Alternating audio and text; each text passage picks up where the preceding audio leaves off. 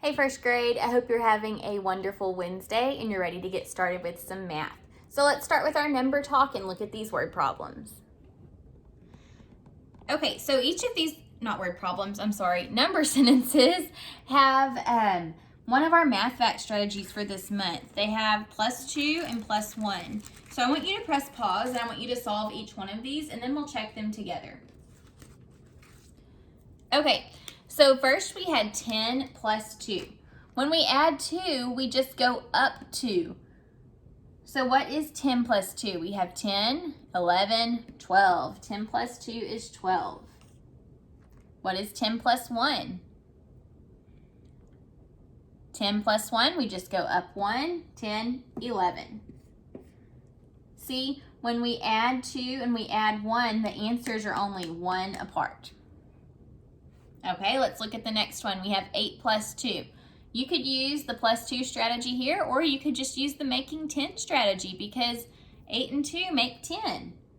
Or you could have said 8, 9, 10. All right, and then finally we have 8 plus 1. What is 8 plus 1? 8, add 1 more. 1 more from 8 is 9. So 8 plus 1 equals 9. All right, let's move on to our word problem of the day. I'm going to draw out our apps check map here.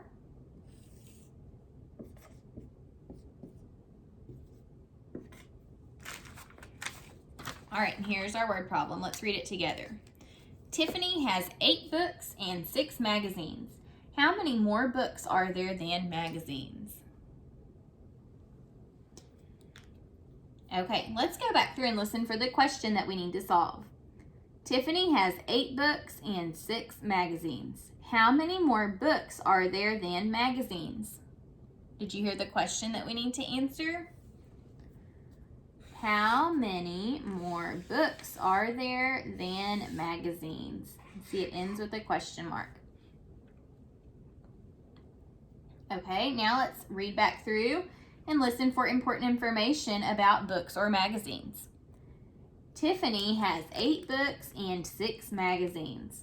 What's important in that first sentence? 8 books, and 6 magazines. That tells us how many there are of each. Now let's plan how we're going to solve this. Okay, so there are 8 books and 6 magazines. We want to know how many more books there are than magazines. Whenever you hear how many more, that usually means that you're comparing the two numbers. So when we compare, we have to subtract. When we subtract, we start with the larger number first and then take away from it. So what is the largest number in this problem? 8 or 6? 8. So we're going to be solving 8 minus 6. Okay, now let's solve. The first way that I'm going to solve is just by doing 8 minus 6, and I'm going to draw a picture with it. So if I have 8 books, or Tiffany has 8 books, 1, 2, 3, 4, 5, 6, 7, 8. And then take away 6. 1, 2, 3, 4, 5, 6. How many are left? There are 2 left. Now, that may have been confusing because you may have said, well, you're talking about books and magazines, so I don't understand how that worked. Let's check it in a different way so you can see exactly what I did. Okay, so Tiffany had her 8 books. 1, and I'm going to put a B inside. 2, 3, 4, 5, 6, 7, 8. There are the 8 books. And then I need 6 magazines. I'm going to put M for magazines. 1, 2, 3, 4, 5, 6. Okay. Now to figure out how many more, I'm just comparing them. So books and magazines, partner, partner, partner, partner. Or I could draw a line like this, partner, partner, partner, partner, partner, partner, partner, partner. Oh, there are still some books left over, but there are no magazines. How many books are there that are left? 1, 2. So we got 2 both times, even though we solved it in a different way. But it is kind of the same, because if you look here and ignore the magazine part, I still drew out my 8 books and I took away 6, or I partnered up 6 and got 2. So it was just a different way of solving it, but we still got 2 both times. So 8 minus 6 is 2, and we can also answer the question, how many more books are there than magazines? There are 2. Okay, let's do some more coin counting for today.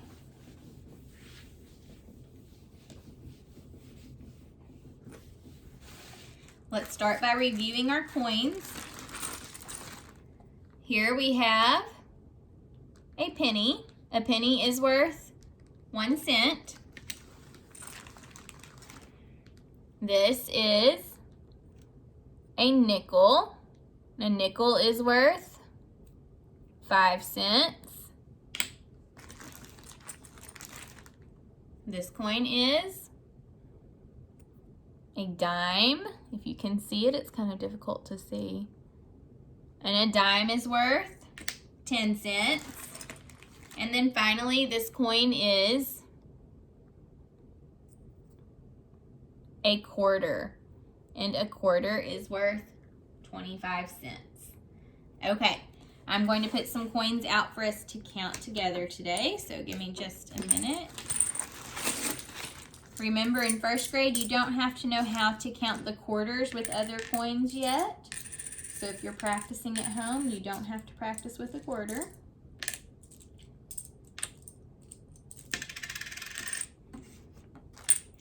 It's really important to know how to skip count, especially by 5s and 10s right now, because when you count money, you have to skip count by 5s and 10s. So if you have trouble counting by 5s or 10s, you may want to really practice that so you can get good at counting money. Okay, take a look at the coins that I have here. What do you see? I see dimes, I see nickels, and I see pennies. Out of these coins, which are worth the most? Dimes are worth the most. They're worth 10 cents. So I'm going to be counting my dimes first. Which is worth the next most? Nickels or pennies? Nickels are worth the next most, so we'll be counting them next. They're worth 5. And then finally, pennies.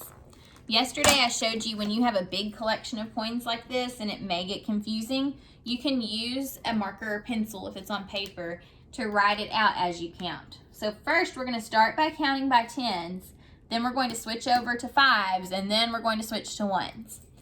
Okay, so let's count our dimes. 10, 20, 30, 40, 50. Oh, this isn't a dime, this is a nickel, so switch over to 5s. What's 5 more than 50? 55, 60, and now we have pennies, so we count by 1s. 61, 62, 63. So we have 63 cents. Oops, that wasn't a very good cent sign. 63 cents. It can also be written like this with a dollar sign. This also shows 63 cents. If I was going to show $63, instead of putting my 0, I would put 63 there. This is $63. Do you see the difference? Dollars come before the decimal point and cents come after. So that's why we put a 0 there, because there are no dollars. We've not had enough to make a dollar yet. We just have 63 cents. How many cents would it take to make a dollar? $1 is worth 100 cents. So it would take 100 cents to get to a dollar. All right, here is your next collection of coins. Take a look at those. Can you see them okay? Let me hold them a little bit closer for you. What coins do we have here? We have, there's a nickel. I know it's worth 5 cents. Here are pennies worth 1 cent. And then those are dimes, and they are worth 10 cents. Okay, so I'm going to count them. Before I count them, I want you to practice counting them without me. So press pause and see if you can count these coins. All right, ready? 10, 20, 30, 40. 5 more. 45. And then by ones. 46, 47. So this is 47 cents. We can write it with the cent sign or with the dollar sign. 47 cents. Okay, I'm going to leave you with a collection of coins that I want you to count on your own, and then tomorrow in our lesson we will check it together. So, whoops, I'm trying to put down a coin and it won't come out. There we go. I want you to count this collection of coins by yourself at home, and then we'll check it tomorrow. I'll hold it close so you can see what we have here. Okay, so tomorrow we'll check this together. Count these coins at home. You may want to press pause right now. All right, we'll check this, and I will see you tomorrow. Bye.